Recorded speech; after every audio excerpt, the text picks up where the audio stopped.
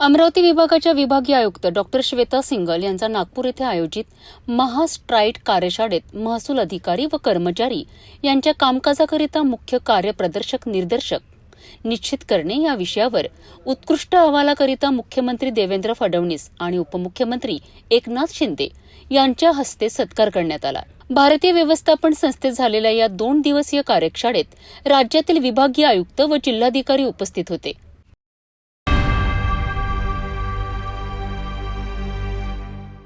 प्रसिद्ध संख्याशास्त्रज्ञ प्रशांतचंद्र महालनोबिस यांचा 29 जून हा जन्मदिवस राष्ट्रीय सांख्यिकी दिन म्हणून देशभरात साजरा करण्यात आलाय। अमरावती विभागीय आयुक्त कार्यालयातही सहसंचालक अर्थ व सांख्यिकी संचालनालय आणि उपायुक्त यांच्या संयुक्त विद्यमाने या दिनानिमित्त विशेष कार्यक्रम आयोजित करण्यात आला होता। निर्णय प्रक्रियेपासून ते भविष्याच्या अंदाजापर्यंत सांख्यिकी एक अविभाज्य अंग बनली आहे। माहितीच्या या युगात डेटाचे विश्लेषण करून अर्थपूर्ण निष्कर्ष काढण्यात सांख्यिकीची भूमिका अत्यंत महत्त्वाची असल्याचे तज्ज्ञांनी अधोरेखित केले आहे।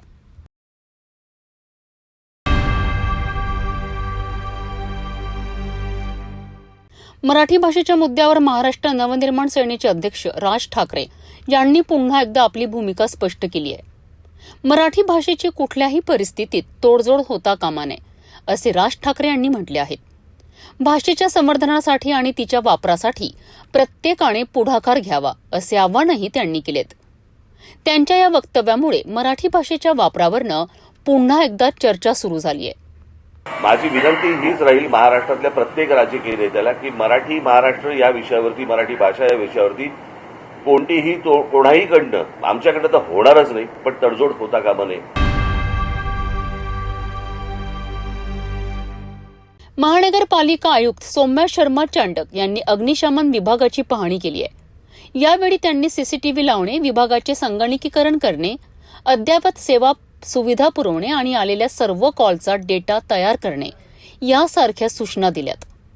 त्यांनी अग्निशमन विभागाचे फलक मुख्य ठिकाणी लावण्याचे आणि विभागाला जबाबदारीने व समन्वयाने काम करण्याचे निर्देशही दिलेत।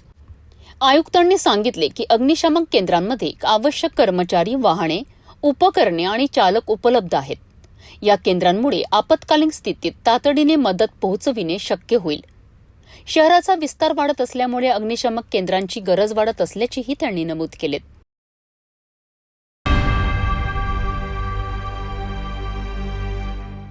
मायक्रो फायनान्स कर्मचाऱ्यावरील लूटमार प्रकरणी 7 आरोपी जेरबंद, 5,60,000 रुपयांचा मुद्देमाल जप्त। मोर्शी येथे क्रेडिट एक्सिस मायक्रो फायनान्स बँकच्या मॅनेजरकडनं 12,39,000 रुपयांची बॅग हिसकावून नेणाऱ्या टोळीचा स्थानिक गुन्हे शाखेने पर्दाफाश केला आहे।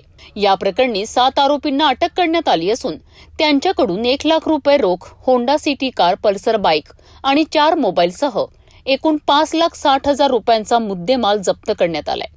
पोलीस तपासात पूर्वी मायक्रो फायनान्समध्ये काम केलेल्या शेख समीर उर्फ सोनू शेख शफी यानेच या गुन्ह्याची योजना आखल्याचे निष्पन्न झालेत। त्याने इतर साथीदारांसह 2 गटात विभागून बँक कर्मचाऱ्यांवर पाळत ठेवली आणि कमी गर्दीच्या ठिकाणी त्यांना अडवून लूट केली आहे।